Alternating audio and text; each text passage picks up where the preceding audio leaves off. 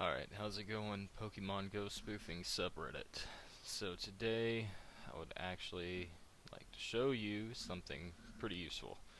So, recently, the user that had been making clone versions of the iSpoofer hacked Pokemon Go app has now transitioned his clones behind a paywall. I don't necessarily agree with this. This is fairly common information. Um, it's not as big nowadays as it used to be a few years ago when cloning apps first kind of came out in the jailbreak scene. But it's very simple. The only thing you'll need is your own way to sign the application. I use Signulose personally. Um, Honestly, could pretty much recommend it. It works great. I was using alt deploy with IPA store, whatever the combination was, but that only allows you to run one copy. So I use this. I can run as many Pokemon Go apps as I'd like. Um, but let's get started. So main landing page. You're gonna come down. Apple spoofing. Click the link.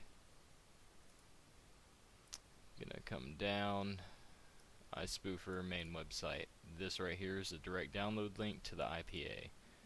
You'll click that, it'll download. For the sake of time, I'm just gonna go ahead and skip that as I've already got a copy. So you can see here, this is a clean copy of the iSpoofer modification. This is a backup. I've already got WinRar right here. I guess I should say what you'll actually need for this tutorial. So I will be using the iSpoofer app, of course, WinRar, which is free. I'll include a link in the description to download, and Notepad++. It's also free, and I'll explain why you need that. You may not. Personally, I use it because it can edit other things. You might be able to use the default Windows text editor, but you may not find that it works. This works every time for me. So once you've got your iSpoofer IPA open in WinRAR, you'll want to click it. Well, mine wasn't open, but now it's open. This is what you'll come to, the payload folder. Click that, Pokemon Go app folder. You're going to come to info.plist. I don't really know if that's how you say it, but I'm not going to say plist every time, so you'll want to drag that out into your iSpoofer cloning folder that you may or may not have made. I'm going to make this simple. Right click, edit with Notepad++. This is where you'll start at. Ignore all of this. What you want to find, CF bundle display name. This is what you will see as the application name under the icon on your home screen. You can name this whatever you'd like. Personally, I'm just going to name it Pokemon and take out the Go. Achieves the same thing. Some people modify this. You actually don't have to. It's not required. The only two things you really need to do, change the name in some way. Then you're going to come down from here, line 28. This is why Notepad++ is great, because I can actually just tell you what line to come to. So line 28 is the app name. Then you're going to want to come down to line 77, the CF bundle identifier. So this, I'd recommend not altering this whatsoever other than making an addition to it. You definitely don't want to modify the app to an extent where it's definitely noticeable that it's been modified. Not that Niantic can check and see that kind of thing, but just for the sake of simplicity, we are just going to add a number to it. Once you've done this, save. That's all you have to do. Close it out, come back into your WinRar window, right click, delete the original info.plist. This will pop up.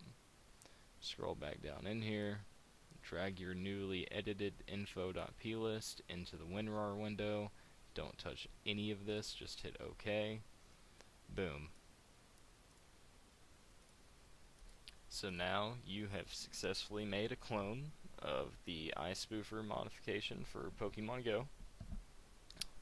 From here, as I said, all you need to do is install it. So for me, I'd go to Sinulos, I'd go to upload and install. Oh, let's log back in. Or upload and sign, choose file, iSpoofer cloning. That's my new file. We're actually going to rename that.